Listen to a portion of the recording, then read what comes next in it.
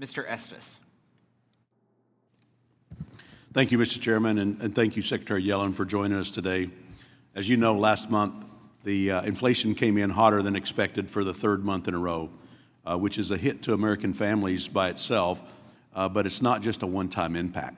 Inflation is cumulative, and hardworking Kansans have been suffering for 3 years now, as this chart behind me indicates.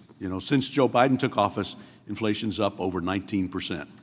Joint Economic Committee estimate that Kansans are paying an average of nearly $1,000 more per month for the same goods and services, the same food, the same clothes, the same gas, the same rent that they did in January of 2021.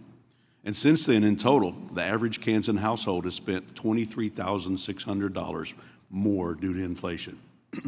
At the same time, net income is down almost 4%.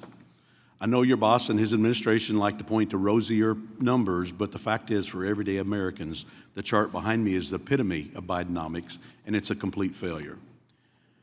Several years ago, Secretary, you mentioned it and called inflation transitory. And since you said that, I think that's the wrong word, but I guess I'd like to ask you what you would call inflation now. What word would you use?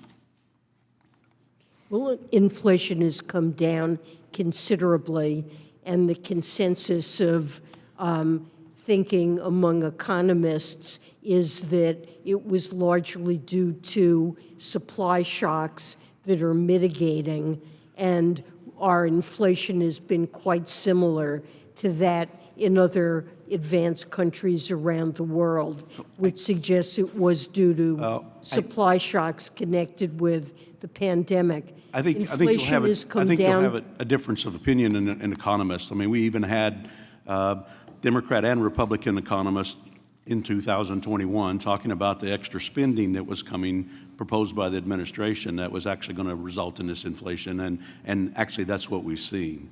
Well, I think most Americans would use phrases like crippling or painful or hindering the pursuit of the American dream. In fact, my constituents tell me about the challenges they face when they fill up their cars or buy their groceries or pay the rent or mortgage. And the numbers show the pain behind me that's still continuing to increase to this day. And they're the results of Bidenomics and the policies that have been increased by the Democrats over the last 3 years. I think Americans care. I do also want to switch gears a little bit before I run out of time. You mentioned earlier that in the discussion with Chairman Smith that President Biden was not going to increase taxes on people making less than $400,000. In fact, I have a tweet here from Joe Biden dated 1 week ago today in talking about the Trump tax cuts. And he said, "This tax cut is going to expire. If I'm reelected, it's going to stay expired." I did some quick calculations, and basically what that means is that there's going to be a 25% increase in the tax rate on people that make less than $44,000. There's going to be an additional $14,000 tax increase on people making less than $95,000, and additional increases on others up until making the $400,000. So if this tweet is right, that came from President Biden, he is going to increase taxes on people making less than $400,000. President Biden has repeatedly issued a set of principles that will guide his negotiations, and he has repeatedly said that he will not support increases on families making under $400,000. And I haven't looked at the tweet myself. I really want to get to one other point before we run out of time. But I can send you this tweet if you'd like to see that later after the committee. But I do want to get and talk a little bit about OECD. I know it's been brought up before, particularly Pillar 1 and Pillar 2. I mean, I've stated several times in the hearing room that, in principle, Republicans and Democrats are in favor of eliminating the discriminatory digital services taxes and provide tax simplicity and consistency for businesses in the growing digital economy. However, despite the ongoing discussions, we're still seeing more and more countries like Canada enact DSTs, and the proliferation of Pillar 1 and Pillar 2 has provided foreign countries the opportunity to raid our tax base. In fact, Pillar 2, as pointed out by the Joint Committee on Taxation, is going to cost the U.S. Treasury tax revenue.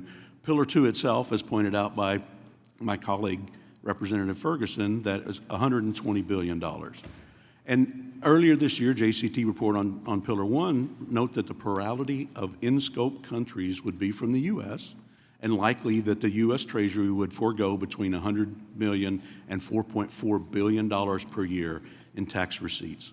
In fact, I recently heard from one Fortune 100 company that they'd be required to send between 100 and 500 million from the U.S. Treasury to countries like France and Germany and Japan.